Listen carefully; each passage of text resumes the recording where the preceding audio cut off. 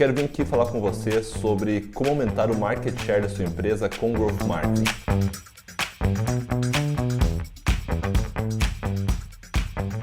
Olá pessoal, tudo bem? Eu sou Jobel Casper, sócio e CDO da GH Brandtech. O que é Growth Marketing e o que é Market Share?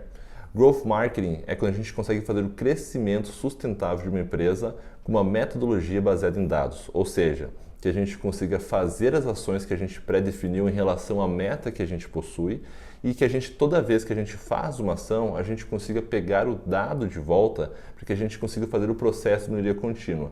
E entender no final que em relação à meta que eu estabeleci, que pode ser, por exemplo, vendas, que é o mais comum, a parte comercial, que é aumentar o faturamento da minha empresa, como a ação que eu estou tomando está influenciando no crescimento do faturamento da minha empresa. Isso é a parte do Growth Marketing, mas ele não é apenas isso, tá? A gente vai se aprofundar mais sobre. E o que é Market Share? Market Share é quando a gente...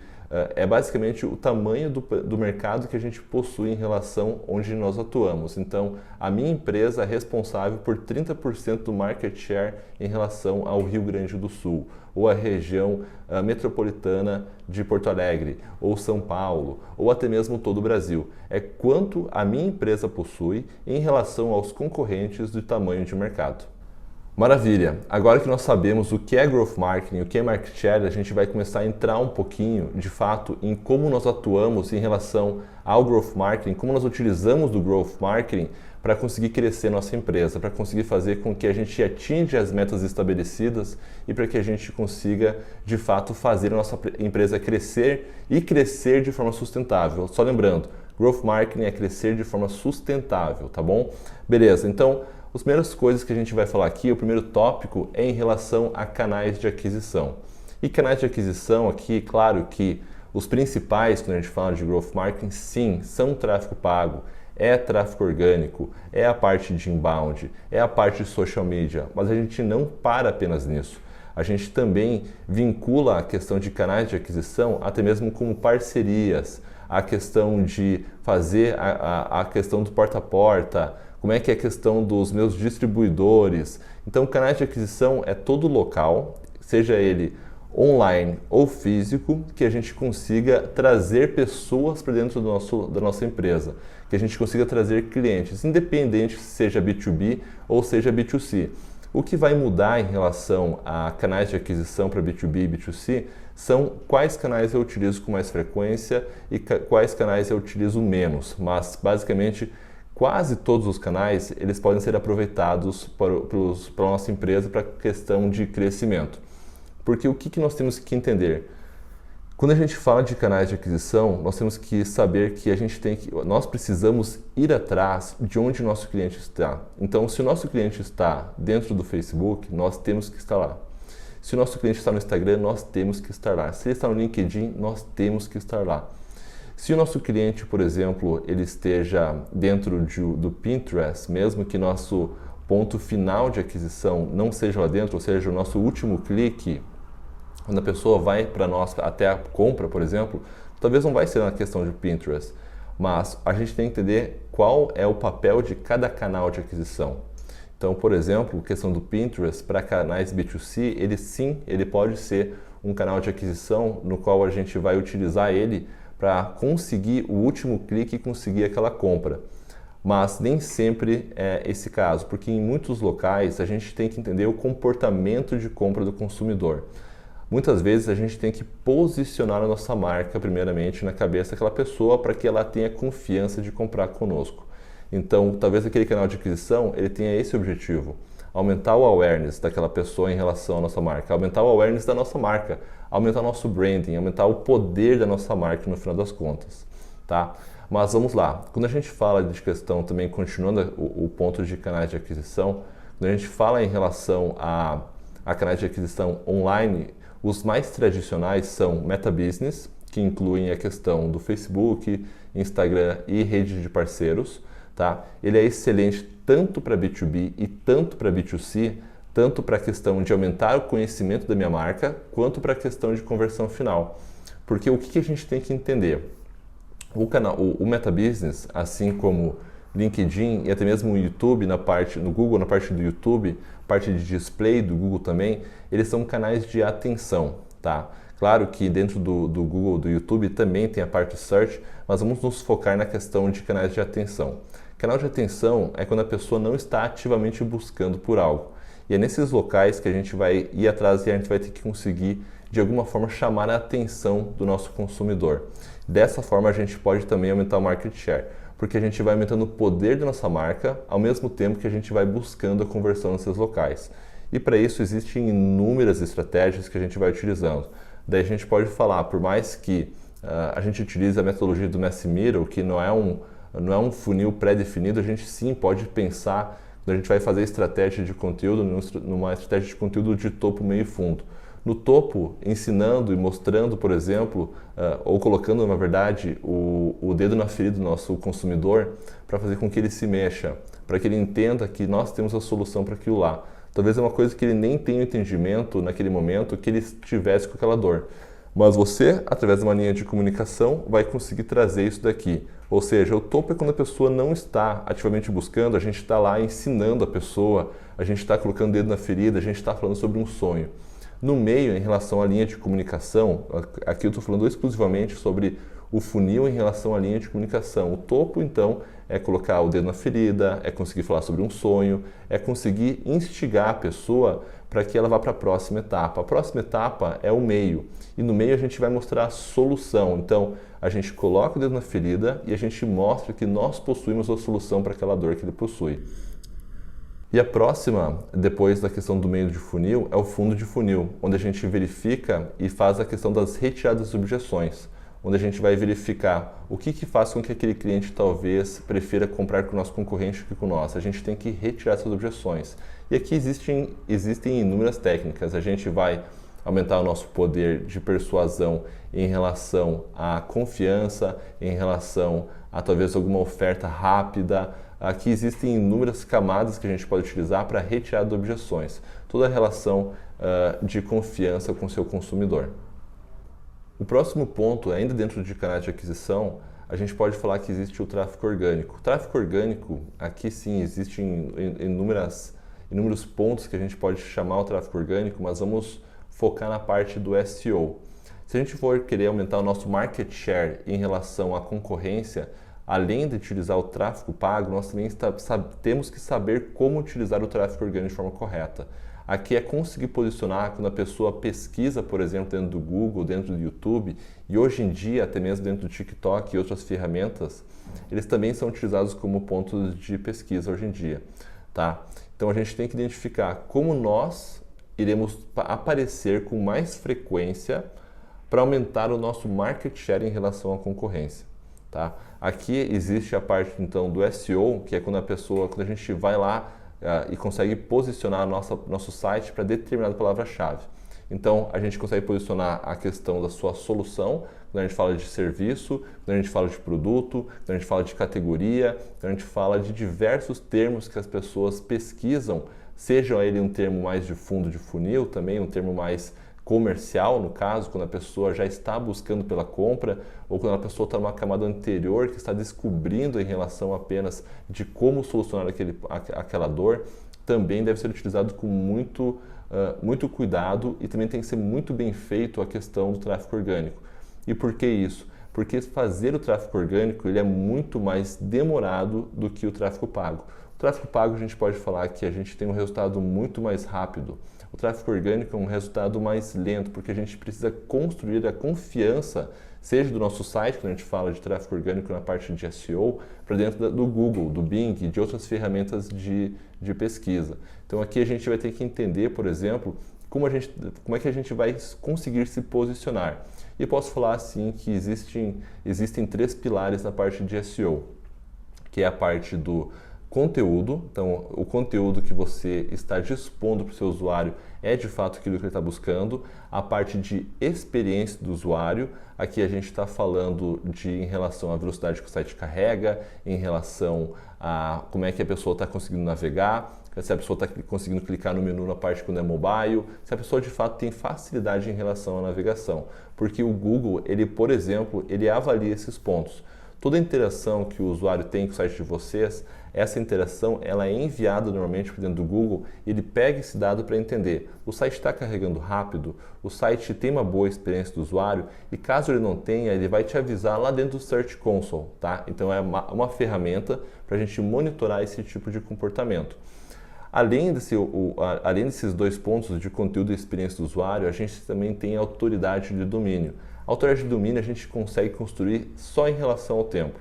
Claro que existem técnicas que a gente tem que trabalhar para conseguir aumentar a nossa autoridade de domínio, que vai de 0 a 100, e é muito difícil aumentar isso, tá? Então, a gente tem que ir trabalhando aos poucos para conseguir aumentar a autoridade de domínio.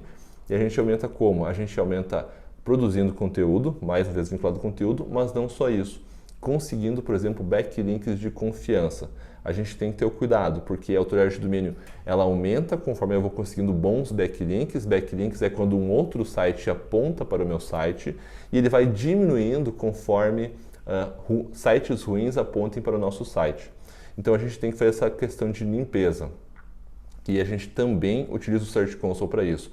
Então aqueles sites que são ruins, que a gente não queira que apontem para o nosso site, a gente tenta entrar em contato com essa empresa para lá retirar, no caso, o apontamento para o nosso site, ou até mesmo a gente utiliza de uma ferramenta do Search Console, onde a gente fala para ele não mais levar em consideração aqueles links para o nosso site, tá? Isso também é uma das ferramentas do Search Console para nos auxiliar a fazer a limpeza. Então a gente tem que, quando a gente fala de SEO, a gente tem que cuidar da parte de conteúdo, da parte de experiência do usuário e também a parte de autoridade de domínio. São os 3 pilares. Claro que não é apenas isso, mas ele é um ponto essencial para que a gente consiga ter sucesso em relação ao SEO. Além da parte de SEO e parte de tráfego pago, nós temos a parte de social media, tá? Eu estou falando aqui dos principais nesse momento, nesse vídeo aqui. Então a parte de social media, ele faz parte do caminho de conversão de um usuário. Então vamos pensar como é que vocês fazem a compra de qualquer produto através da internet. Quando vocês vão fazer a compra de um serviço ou produto, vocês, independente de como cheguem, talvez vocês chegaram através de uma pesquisa, talvez de um anúncio online ou através de uma indicação, qualquer coisa. Quando vocês fazem isso, vocês têm vários pontos de contato. O primeiro ponto de contato, como eu falei, pode ser um anúncio, pode ser tráfego orgânico, pode ser qualquer coisa. Só que dentro dessa jornada de compra, a pessoa ela também passa pela questão das suas redes sociais. Por mais que a sua rede social não tenha muitos seguidores ou tenha muitos seguidores, o usuário ele vai pesquisar a sua empresa dentro do Instagram, dentro do Facebook, dentro do LinkedIn, dentro de vários locais. E qual é o objetivo dele fazendo isso, dessa pessoa fazendo isso? É que ela entenda se de fato vocês são uma empresa séria, se vocês e como é que vocês vão passar essa questão de autoridade em relação à sua social media. Que vocês tenham uma social media, uma rede social muito bem estruturada. Que vocês consigam informar, por exemplo, o dia a dia de vocês, ou sobre o produto de vocês, que vocês tenham frequência em relação às postagens, que quando ele entra tem a questão do Stories lá para poder visualizar o que está acontecendo. Então isso também faz parte do ponto de contato, aumentar o market share. E não só isso, né? Quando a gente faz um bom trabalho na parte de social media, da mesma forma que o tráfego orgânico, ele também pode se encaixar no tráfego orgânico, obviamente, né? Mas a gente vai colocar aqui como um pilar separado. O social media, quando bem feito, a gente consegue fazer com que a gente consiga escalar a nossa empresa. Além de ser um ponto de contato em relação à conversão, ele também faz parte, muitas vezes, da parte de aquisição inicial. Então, se a gente faz um bom trabalho em relação ao nosso social media, a gente vai conseguir trazer novos clientes. E aqui é uma coisa que, obviamente, também requer tempo, porque nós temos que construir nossa audiência, nós temos que conseguir melhorar a questão do nosso conteúdo, porque da mesma forma que a gente faz na questão do tráfego pago, a gente tem que encontrar uma linha de comunicação que a gente chame a atenção dentro daquele canal de atenção específico. Por quê? Porque quando a pessoa acessa o Instagram, ela não está em busca da sua solução em relação ao seu serviço quando a gente está falando de B2B. Ou muitas vezes ela não está buscando o seu produto quando você é uma empresa B2C. A gente está falando de a pessoa entra dentro de um canal desses para se divertir, para pegar um pouquinho do seu tempo e passar de uma forma diferente. Então é nesse local que a gente tem que ter uma construção de conteúdo que a gente consiga utilizar da melhor forma possível para chamar a atenção. Sobre a questão dos canais de aquisição, A gente falou hoje sobre tráfego pago, tráfego orgânico e social media. E não só esses, pessoal. Quando a gente fala de utilizar o Growth Marketing para aumentar nosso market share, nós estamos falando em relação a utilizar vários canais, porque vocês já possuem os canais de distribuição de vocês, que não são apenas esses. Normalmente você já tem sua rede social, você já tem os outros pontos, mas talvez você não esteja utilizando o tráfego pago de forma correta e nem o tráfego orgânico, porque isso requer muito trabalho, é um ponto muito técnico e que a gente tem que colocar um estudo forte para conseguir fazer as ações necessárias para que a gente consiga o retorno que a gente deseja. Mas vocês têm que ter a mentalidade de Growth Marketing, de fazer o teste, de capturar o dado para todos os pontos. Então, independente do canal de aquisição que você utilize, que seja, a gente pode falar out of home, né, que é fora de casa, falar até mesmo questão de um outdoor na sua cidade, pode ser um canal de aquisição. Tá? Medir isso às vezes não é tão fácil, mas é importante que a gente faça esse ponto. Daí existem técnicas para a gente conseguir fazer isso também, obviamente. Além dos canais de aquisição, que é um assunto que a gente abordou bastante nesse vídeo aqui para falar em como aumentar o nosso market share, nós temos que ter também toda a questão de como a gente vai fazer o nosso processo comercial. E aqui dentro eu estou falando de como vai ser a experiência daquela pessoa. Então eu tenho que ter um processo, quando a gente fala em relação a, principalmente quando a gente fala de B2B, né? Se é um e-commerce, toda a experiência do usuário, de início ao fim de compra, ele acaba sendo por canais digitais, acaba sendo pelo meu site, acaba sendo por pontos que muitas vezes nem passam pelo contato humano. Mas se você é uma empresa B2B, você tem que ter um processo de SDR muito bem definido. E aqui eu não falo do processo de SDR outbound, mas sim do inbound, onde a pessoa está levantando a mão e falando: eu quero falar com vocês, eu quero entender mais sobre essa solução. E o processo de SDR, ele começa com atendendo o meu cliente de forma mais rápida possível. Porque existem estudos que quando passa de 1 hora, quando a pessoa deixou seu contato em horário comercial, por exemplo, passou de 1 hora e eu não respondi aquela pessoa, eu não chamei aquela pessoa, não liguei para aquela pessoa, a minha taxa de conversão cai 90%. Então eu tenho que ter esse cuidado muito claro de atender meu cliente rapidamente. Mas não só isso.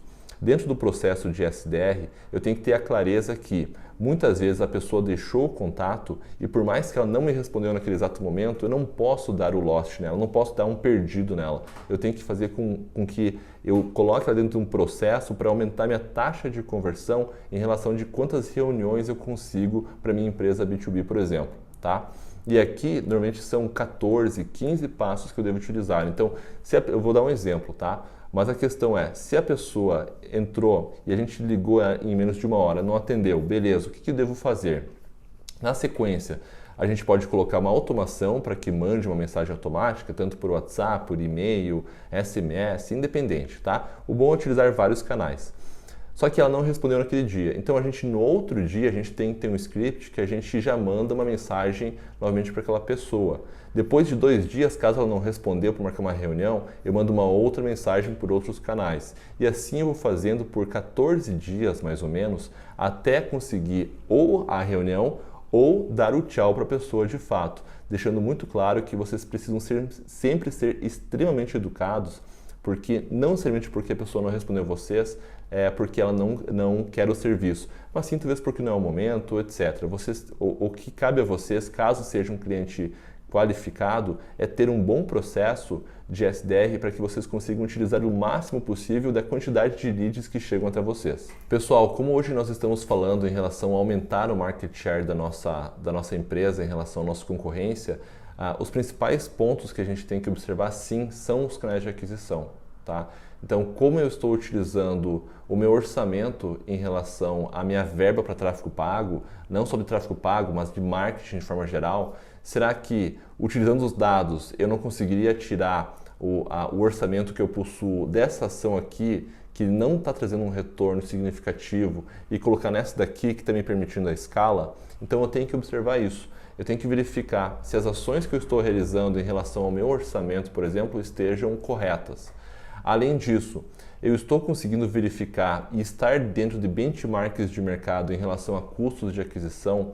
Então, se eu, por exemplo, utilizando tráfego pago, se eu estou pagando R$400 o MQL e os meus concorrentes estão pagando R$200 o MQL, quer dizer que minha estrutura de tráfego pago não está correta, tá?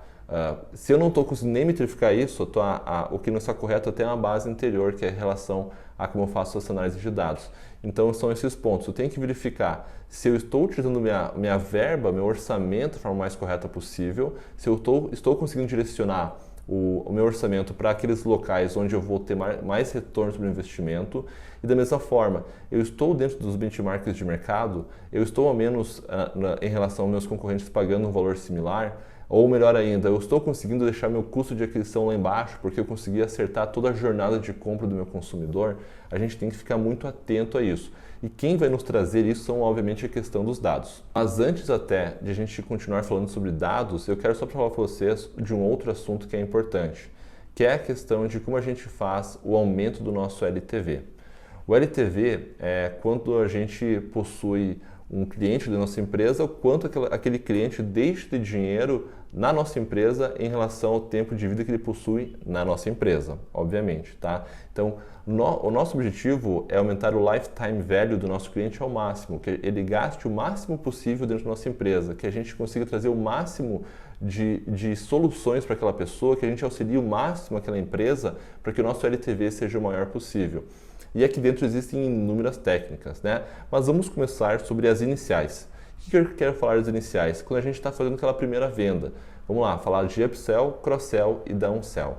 Bem rapidamente, quero que vocês entendam o que é cada um desses. A questão do upsell é quando a gente está vendendo uma solução para uma pessoa ou um produto para uma pessoa e a gente consegue entender que aquela pessoa cabe uma solução um pouco mais cara, uma solução maior em relação ao que ele estaria buscando inicialmente, que aquilo vai atender aquela pessoa melhor. Pode ser, por exemplo, a questão de um tênis, que ele vai estar comprando um tênis e o tênis que ele está comprando é um tênis de corrida, sim, mas se ele comprar esse tênis aqui que custa R$600 a mais, ele vai ter mais performance em relação àquilo que ele deseja fazer. E a mesma lógica serve para empresas B2B. Quando a pessoa chega para mim com uma necessidade, cabe a mim entender se aquela necessidade que a gente estava negociando não cabe uma solução maior e mais robusta para que a gente consiga fazer um upsell, que eu consiga fazer uma venda maior em relação àquilo que eu estava fazendo. Então, indo para outra questão de cross-sell. Quando eu faço uma venda, por exemplo, de um serviço, eu consigo identificar que a outra empresa, o meu cliente, ele tem outras necessidades.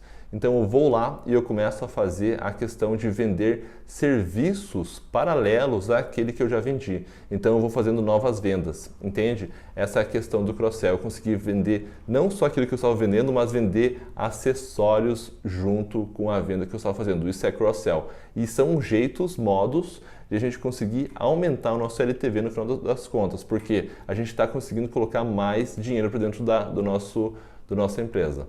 A outra forma que é a questão de downsell é quando a gente consegue fazer o ponto de a gente está perdendo a venda, tá? Então a gente verifica que a gente vai perder aquela venda, então é melhor que a gente faça um downsell, que a gente reduza o nosso escopo, que a gente reduza o produto, talvez se é um B2C, que a gente vê uma solução mais barata para aquele consumidor, ou até mesmo se caber, colocar um desconto para aquela pessoa para que a gente faça a venda. Isso a gente chama de downsell, quando a gente reduz o valor da negociação que a gente estava fazendo para conseguir fazer o fechamento daquela venda. Beleza, então pessoal, nós temos como objetivo nesse vídeo que vocês entendam como utilizar o Growth Marketing para conseguir aumentar o market share da empresa de vocês em relação ao mercado que vocês atuam. Só lembrando, né, toda a questão de Growth Marketing é que a gente consiga basear as nossas ações em dados. Então a gente tem que saber que a ação que a gente fez em relação a tal campanha trouxe esse resultado que está indo em direção à meta que eu estabeleci. Pode ser a questão de vendas, pode ser a questão de aumentar o awareness da minha marca, pode ser pessoas indo até minha loja, pode ser reuniões agendadas, mas nós temos que ter entendimento das ações que a gente está realizando. E o que vai fazer esse entendimento é a questão dos dados. Se nós possuímos os dados corretos, a gente vai conseguir responder as perguntas que a gente deseja. Porque no final do dia é isso. A gente vai fazer várias ações, que a gente vai jogar a ação, a gente vai jogar a ação e a gente vai capturar o dado para conseguir fazer o processo de melhoria contínua. Então a gente quer responder, por exemplo, Qual foi o vendedor que melhor performou no último trimestre? Qual é a base de clientes que possui o maior LTV, para que eu consiga ir atrás de mais clientes como esse? Como eu faço para a questão de entender quais campanhas possuem melhor retorno de investimento? Quais campanhas auxiliam as campanhas que trazem maior retorno de investimentos? Quais campanhas eu devo desligar? Quais canais de aquisição eu tenho que utilizar dentro da minha estrutura? Todos esses pontos eu preciso responder facilmente utilizando dados. Para isso, nós utilizamos dashboards para conseguir pontos específicos, para saber quão longe estou da meta, quantos clientes novos eu trouxe ontem e assim por diante. Nós temos que ter dados, no final das contas, para responder as perguntas. Resumindo, é isso. Beleza, pessoal? Então, a gente hoje aprendeu um pouco sobre a questão de canais de aquisição, sobre a questão de processo, sobre a questão de todos os pontos relacionados a dados que a gente precisa ter na nossa empresa para conseguir fazer o processo de melhoria contínua e crescer nossa empresa. Porque o que a gente quer no final do dia é bater nossa meta e fazer crescer e crescer de forma sustentável nossa empresa. Por hoje é isso, pessoal. Valeu, até mais. Tchau!